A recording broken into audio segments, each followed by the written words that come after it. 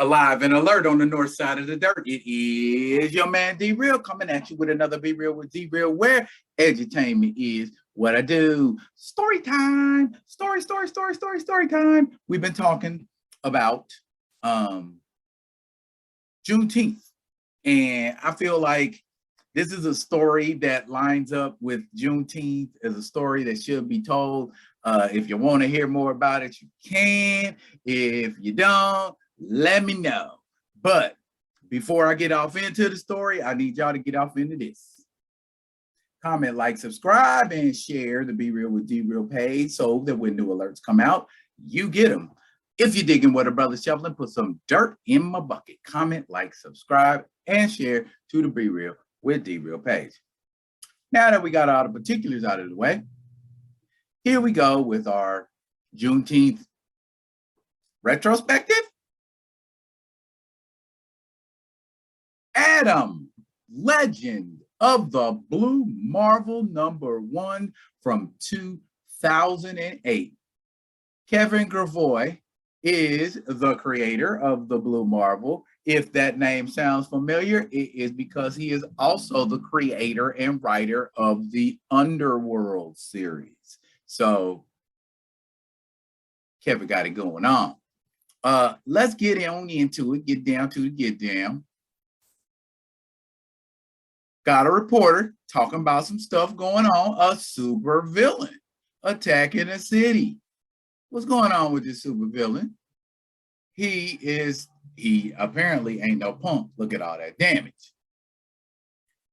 The Wasp, who can turn giant size, laid out. Wonder Man, who is in the 100-ton range, laid out. Black Widow, looking like she ain't having a good time. Yellow Jacket neither. Iron Man, carrying Ms. Marvel, who is washing the Avengers.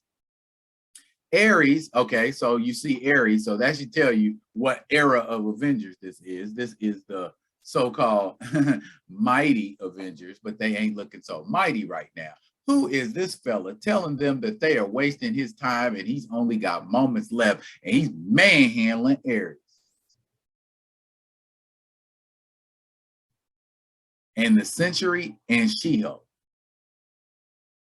Who is this dude that is taking the best the Avengers got and shrugging it off like a day at the park? Sentry coming at him to get some. Sentry getting stopped. Mind you, the Sentry is Marvel's answer to Superman, more or less. And he getting cracked like that. Good grief, Charlie Brown. Who is this cat? Oh man, he getting ready. There's your Sentry. Sentry fans, I hope y'all ain't too upset about that. Ares, he ain't getting none. If the Sentry just got washed, then Ares gonna get doubly washed, because as I recall, at some point after this, the Sentry ends up ripping Ares in half. See what I'm saying?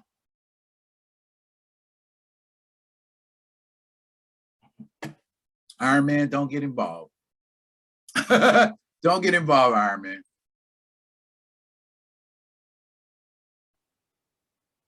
If the Blue Marvel couldn't stop me, wow, the Blue Marvel couldn't stop him? I told you not to get involved, Iron Man. He done made Iron Man kneel before Zod. But lucky for y'all, his time is up and he's breaking down. For those of you that know, that's the Anti-Man. I'm not going to give away anything. You won nothing, Avengers. Nothing. Is he gone? The Avengers look relieved that he's gone. My goodness. Now, we done seen the Avengers take whoopings like that at the hands of people like Kang and Count Nefaria and Korvac. So Anti-Man is on that level.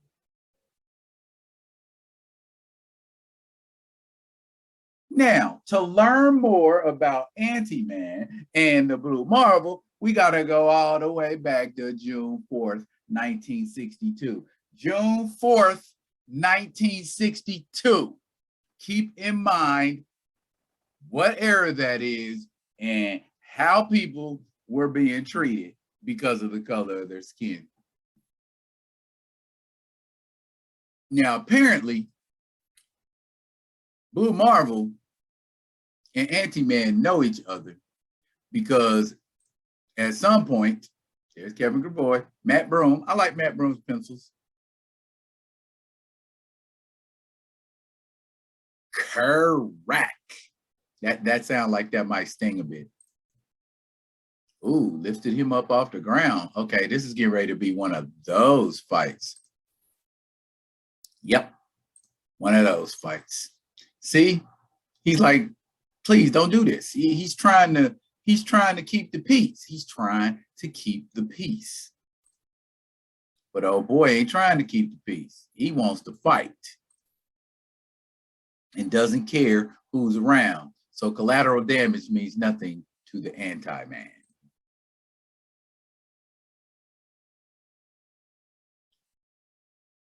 But it does to Blue Marvel, and that's why he's saving folks. Uh-oh. See, called him by his first name, Connor. He knows the guy. Most villains that are the most implaceable villains are the ones that the heroes are familiar with. And so here we go.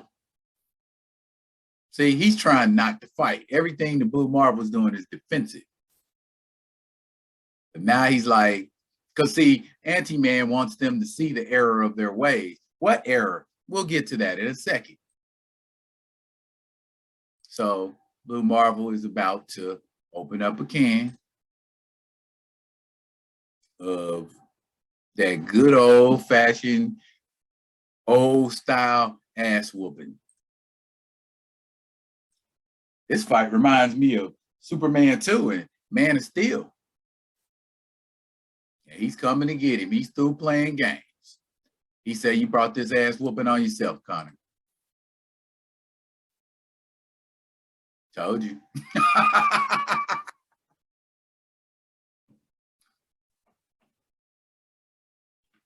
You don't want to hurt him, but he got to be stopped. They banging. I like them kind of fights. This is a superhero fight. I like superhero fights. Banging. Banging. Tear up the city. Banging. Are they dead? After all of that, of course not. The Blue Marvel, see, look at all these people in 1962 that's concerned about the Blue Marvel. Blue Marvel, Blue Marvel, oh, Blue Marvel. Wait, he's coming out. He's coming out. And it's Blue Marvel. Blue Marvel, Blue Marvel, Blue Marvel, Blue Marvel, yay, Blue. What? Uh-oh, nah. The public has learned for the first time in 1962 that the Blue Marvel is black. Now we in the Pentagon having a conversation about it. They found out Blue Marvel, the magnificent master of might, the man of marvels, the blue bomber is a Negro. What kind of intel? And they found out he's Adam Brashear, won medals in Korea, graduated magna cum laude from Cornell, electrical engineering, PhD in theoretical physics, definitely not your average colored. What? Colored? Uh-huh. Why do I know that name? because Adam Brashear was an All-American fullback and Cornell scored 5 touchdowns against Harvard in 53. So Adam Brashear has always been athletic. Just how powerful is he? He moved a meteor the size of Arkansas. That's a pretty heavy meteor. He lifted the Enterprise out of the Pacific and flew it home. The Enterprise, I do not know where it was home ported in 1962. I want to say on the East Coast, so that means he had to fly it across the Pacific, across the United States, and to its port, probably somewhere like Roanoke. And by the way, the Enterprise weighs somewhere north of 94,000 tons.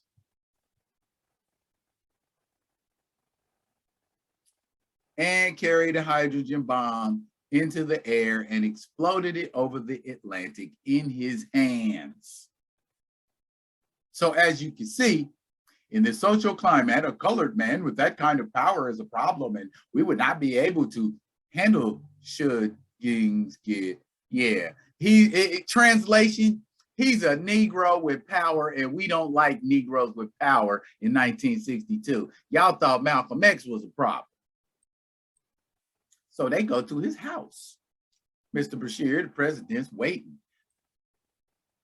So he's gonna take a ride with Kennedy. So while he's getting ready to go see the president, he's having, yep, you guessed it, a flashback.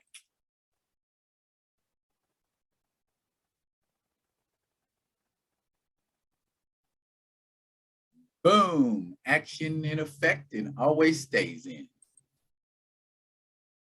Sergeant Connor, can you hear me? Nope. Ambush. Pop, pop, pop.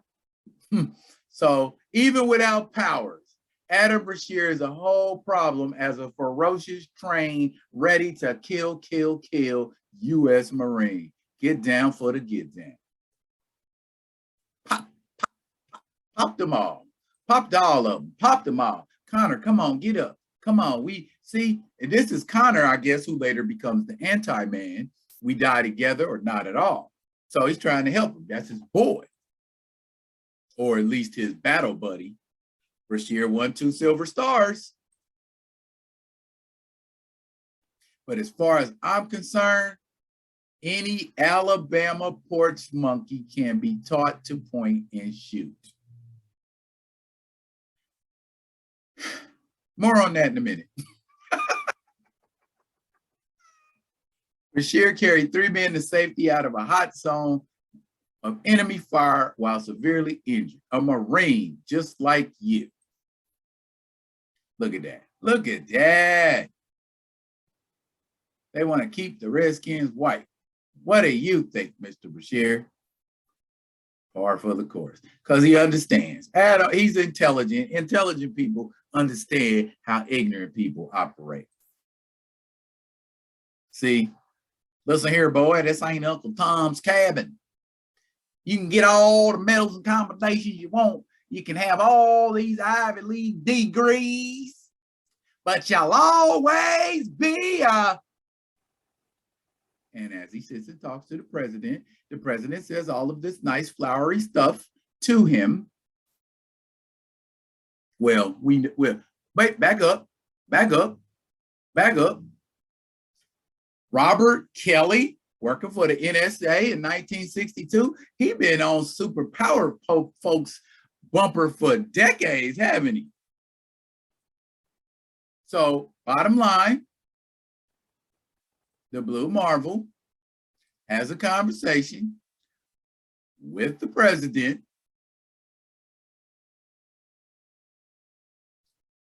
and here we go at the end. Let's just do it like this here. Sitting, talking with the president. Yeah, yada, yada. You're a great football player. Whoop, whoop, whoop, so on and so forth. But the crux of that conversation is this. I like how Adam Brashear said, let's cut through all of this. What are you really trying to tell me? That's what he's trying to tell him right there. Stand down, cease all activities as the blue marble. Can't have you operating anymore. Wow. Wow. For how long? Nah, bruh, this is the best I could do. It's the Presidential Medal of Freedom. That's all I could do for you. That's all. That's all President John Fitzgerald Kennedy could do for Adam Brashear in August of 1962. And as we know, in November or later on, Mr. Kennedy bought it. He didn't even finish out his term as president. He knew they were out to get him. And Adam Brashear know they out to get him too. That's why he ain't holding no ill will against the president. However, though, he understands, like, nah, y'all need to take me nowhere. Y'all forgot I could fly? I'm gonna just walk home. Forget you cats.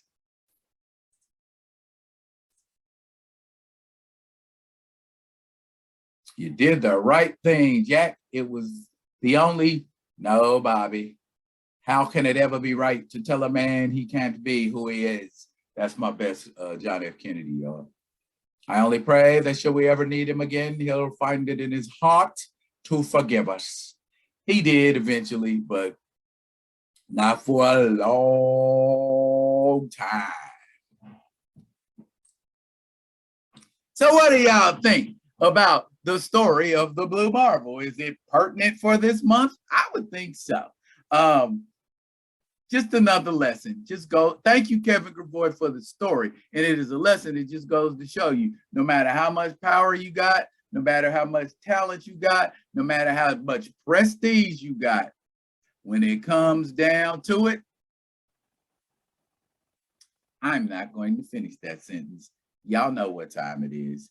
Hey, did y'all enjoy this? And do y'all want to hear the rest of Adam Brashear's story? If you do, drop it in the comments. I will be coming at y'all with another one of these other ones. And until I do, y'all be good. Be good to each other.